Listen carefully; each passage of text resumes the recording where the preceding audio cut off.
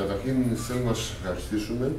Να σας ευχαριστήσουμε πρώτον για τη βοήθειά σας όλο αυτό το διάστημα πριν να ανακοινώσουμε και τους φίλους που θα εμπλουτίσουν το ψηφοδέλτιο και καταρχήν να εκφράσουμε τις ανθρώπινες ευχές μας σε όλους τους συμπολίτες μας, στους ειδημότες μας, στο νομό μας και στις περιφέρειες της περιοχής μας.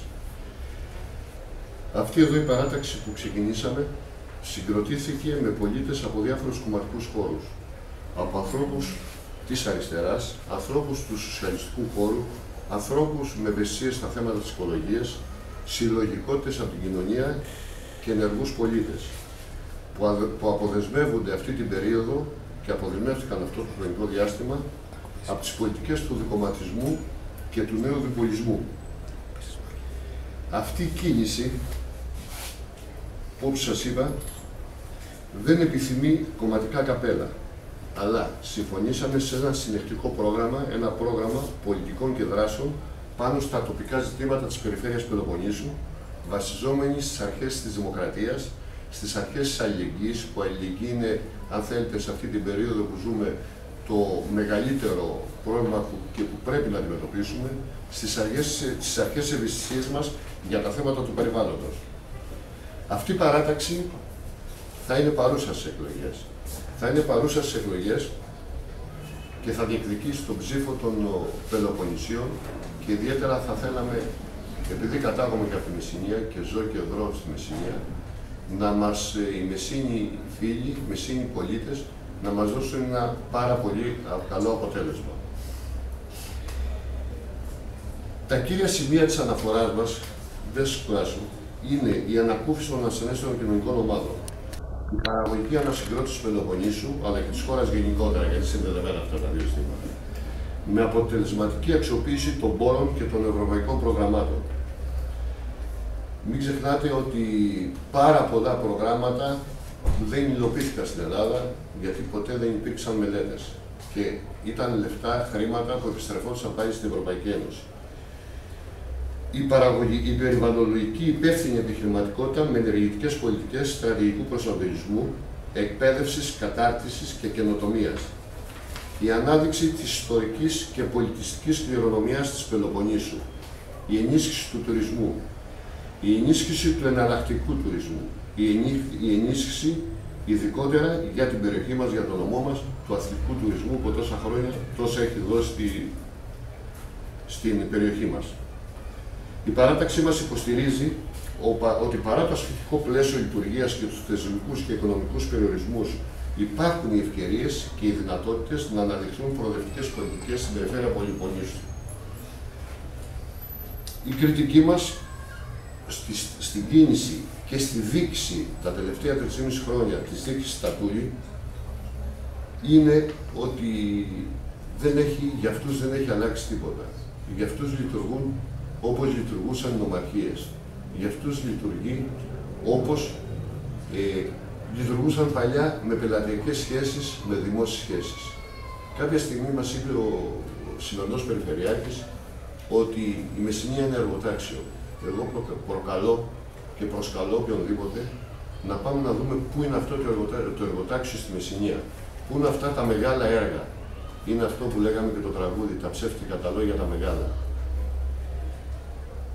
Αυτές οι εκλογές και με τους υποψήφιους τους άλλους μας θυμίζουν όλοι αυτοί ήταν στο πολιτικό σύστημα που υπάρχει, στο πολιτικό σύστημα που κατέρευσε, όλη η πλειοψηφία των μεγάλων παρατάξεων από τους ανθυποψήφιους μας ήταν μέσα.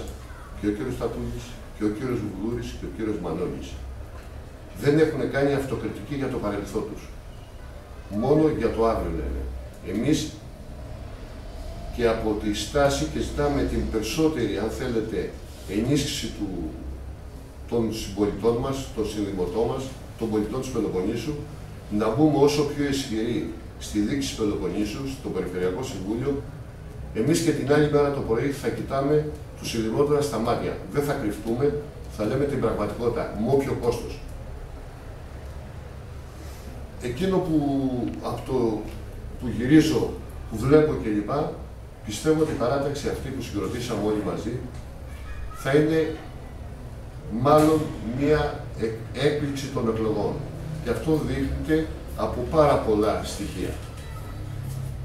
Εγώ θα σας αναφέρω τώρα, θα σας παρουσιάσω τον Αντιπεριφερειάρχη Μεσσηνίας και θα πει και δύο λόγια, όπως και μία σειρά από τους πρώτους περιφερειακούς συμβούλους που θα κατεβούν στο ψυχολόγιο.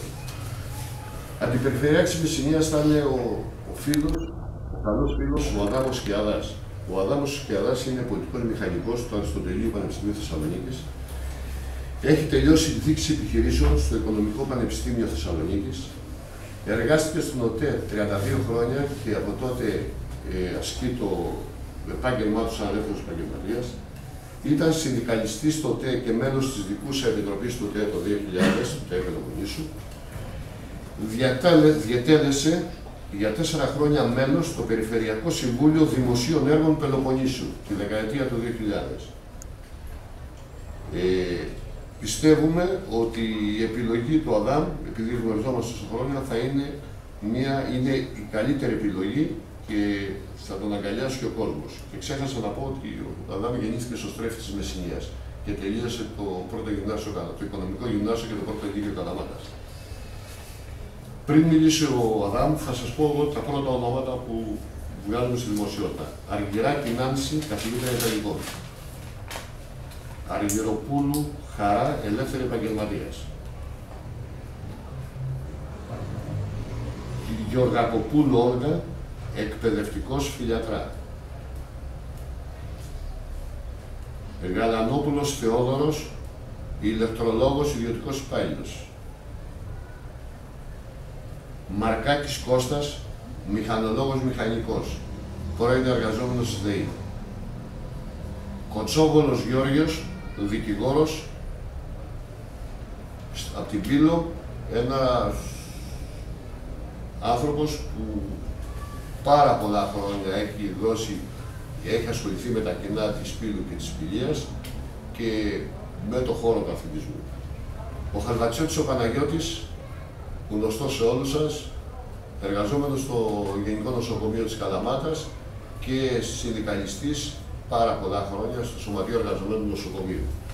Ο Αθανασόπουλος ο Φάνης, καθηγητής εκπαιδευτικός, ενεργός πολίτης και συμμετείχε στα κοινά της πόλης μας από διάφορες πλευρές. Ο Φερέτος ο Δημήτρης, δημοσιογράφος. Ο Φερέτος ο Δημήτρης είναι Καλαματιανός, ζει στην Αθήνα, αλλά τα πάντα είναι εδώ.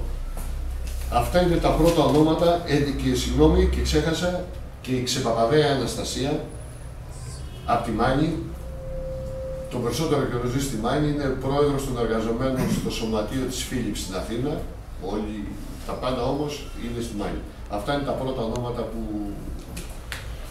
καταθέτουμε. Μέχρι την τέλος της επόμενης εβδομάδας θα συγκροτήσουμε το ψηφοδελτιό μας και θα υπάρξουν και ευχάριστες εκπλήξεις. Θα ήθελα ο συνεργάτης ο Αδάμ, ο Σκιαδάς, να πει δύο κουβέντες. Καταρχήν θα ήθελα να πω ότι με τη συμμετοχή μας σε επερχόμενες περιφερειακές εκλογές ελπίζουμε να συναντηθούμε με φορείς και ενεργούς πολίτες και να διαμορφώσουμε μια πιο αντικειμενική γνώμη για τα θέματα που αφορούν τους πολίτες και την καθημερινότητα του πολίτη. Πιστεύουμε ότι η δομή της περιφέρειας σήμερα είναι ιδιαίτερα γραφειοκρατική και ότι θα πρέπει να αλλάξει. Θα πρέπει ουσιαστικά να δώσει προτεραιότητα στα θέματα που αφορούν τους πολίτες και όχι των οικονομικών συμφερόντων. Γενικά, τα θέματα στα οποία πρόκειται να επικεντρωθούμε στην περιφέρεια και θα δώσουμε βάρος, θα αναφέρονται στην ανεργία των νέων, στη διαχείριση των απορριμμάτων, στην ορθολογική διαχείριση του νερού, επιφανειακού και πόσιμου, στην ενίσχυση του τουρισμού και στη σύνδεσή του με εναλλακτικές μορφές αλλά και με τον πρωτογενή τομέα, στην προώθηση του θέματος της επαναλειτουργίας του σιδηροδρόμου του Πελοπόννησου και στην προστασία των ειδικών ομάδων του πληθυσμού και κύρια των ΑΜΕΑ. Ελπίζουμε ότι οι πολίτες της Μεσσηνίας θα μας τιμήσουν την ψήφο τους. Κάντε